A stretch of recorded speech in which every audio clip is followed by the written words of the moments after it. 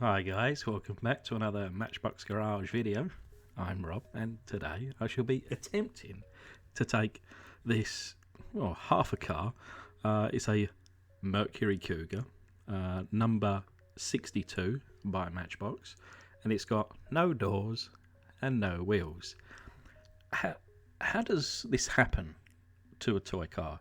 How did this child manage to not only rip the doors off, but also rip the wheels off? You know, I've got some in my collection that I just don't understand how it got into this condition. The glass is broken as well, but hey, the tow hook's in place, so can't be all bad, right? But although that's going to be one thing that we're going to be taking off today. Nice little custom coming up, 2,000 likes, could be yours. So we start by drilling down the centre of the post, just one on this car, remove the flange and tap that hole. Remember to lubricate the end of your piece, do not want to snap that. So it doesn't really roll very well, this one.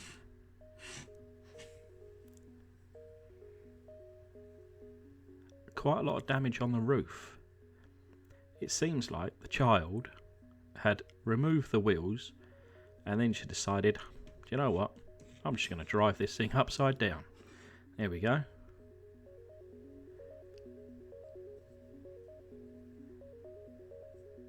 But anyway, a very cool looking car. I love these style of cars, and if I'm right in saying, I think this body style was used with the Mustang as well. And Mercury, a part of Ford back in the day, don't believe they're going anymore. Kind of had this little side venture.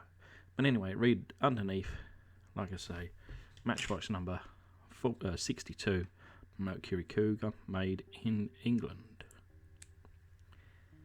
And the interior here in relatively good condition.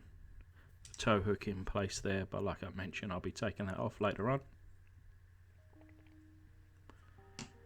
And then I'm just going to reach for my drill, and I'm just going to take this little tab off here to remove the window section.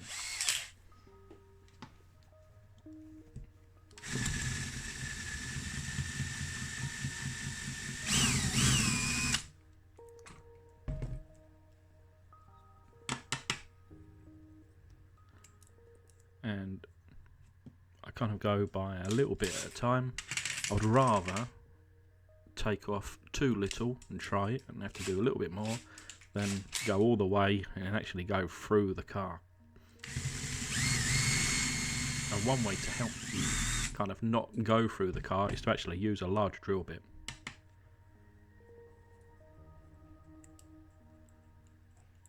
And to be honest, I didn't really need to be too careful with this. Of course, it's broken. We're going to be replacing this today.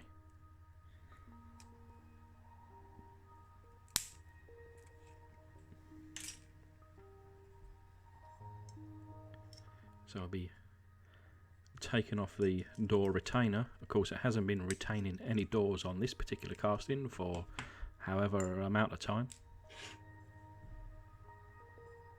But because I've got up to 2,000 cars in my collection, I've found a donor for the doors and for the window section there. And sometimes I just find that I have to sacrifice another car in order to make one great one. So in goes the casting into my foot-long hot dog jar, cover the casting there in boiling water, and add a teaspoon, or rather a tablespoon, of caustic soda.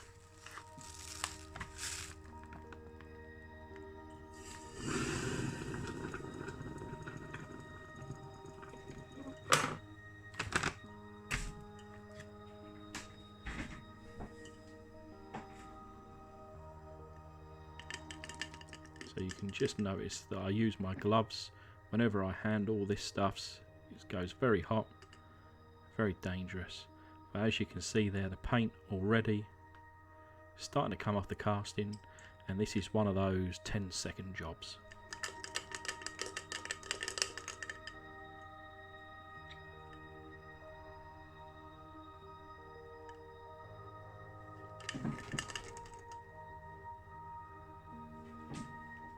But I do put that to one side just to cool off for a moment, and then take the opportunity now to buff out the base. And then a few moments later, as you can see, shining pretty nicely. So putting that to one side, we'll grab the plastics, drop them into some warm water, and the interior there coming out looking good as new. This will be getting a little bit of a paint. Even at this stage, I didn't know what colour I'd be painting the car, so I kind of just go along as I do, really. Sometimes I ask you guys down in the comments, but sometimes I just make it up as I go along. But the windscreen there, the replacement windscreen, looking good as new. And now, as you can see, without the use of gloves, it has cooled off, and I can flush that down the sink. And thankfully not losing the doors down the U-bend, as I have done on a few occasions now. You'd think I'd learn, and well, I'd like to think that I have now. Some great detail on the inside of these doors actually, and the main casting there covered in oxidization, but to be honest, easily comes off using the rotary tool. And I put in some effort into this one, guys. That is shiny, shiny. Look at that, it's almost like a mirror. Beautiful. And you may even be able to see my little ugly mug there. A little smile. So there we are. Pretty happy with this one. Putting in that extra effort and extra time. The reason being is because I've got all these kind of clear, basically, what are they called? Let me just grab it. It's a Revel email colour. And I've got a few in the clear, and I've done some mixed colours and mucking around, mixing stuffs. But I hadn't just done one as it is. So I thought, let's not muck around. Let's polish this up as good as I can, and just shoot it up simply with this kind of gold and see what happens. I was a bit concerned because at first it looked like caramel in the paint cup there, or I think in America you call it caramel. I don't know, it's caramel. But and as I'm kind of covering the casting here, it doesn't appear that anything is happening. I'm thinking, is this basically a clear coat? I'm thinking, yeah, you know, it may take 2 or 3 coats, and I think you can just about see that it has started to make a bit of a colour change, and I do eventually put on 3 coats. So here's the interior. I went with the let me reach for that too. This is a Humbrol enamel in a matte brown, of course, which I think suited the kind of colour of the casting. And then, as you can see there, painted in the headlights, a little bit of Nuln Oil in the grille as well, just for a bit of realism. And kind of went with these wheels. This has turned out, it's not a hot rod, it's not a street rod. This is more like Aunt Sally's Sunday driver to the church. And here it is.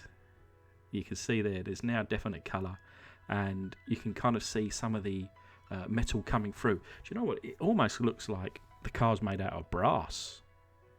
It's got a lovely finish to it. And painted in the rear headlights there, or rear tail lights rather. But yeah, really interesting. And I like to do something different, or try to do something different with each video, and this certainly is a different finish that I would like to try again, especially with the other colours that I have. Really happy with this one. Great details. But anyways, a little reminder of how she looked like. And this is the result. Altogether, this has definitely gone into my kind of top 10 favourites. You know, I really did make that effort, trying to smooth out that bodywork as best as I could. The kind of colour is certainly taken on. The details really pop out here. A little bit of chrome on the door handle on the side there.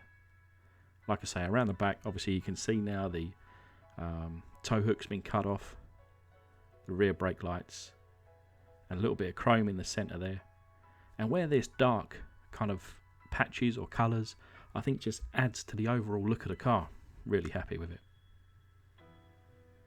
You can imagine Aunt Sally on the Sunday, kind of doing her groceries, going to the church, coming home, parking up in the garage, and keeping it for 50 years. But remember, 2,000 likes could be yours. So I just want to take this opportunity to thank my amazing patrons. And thank you guys for watching. Hopefully you enjoyed it. And I'll see you on the next one.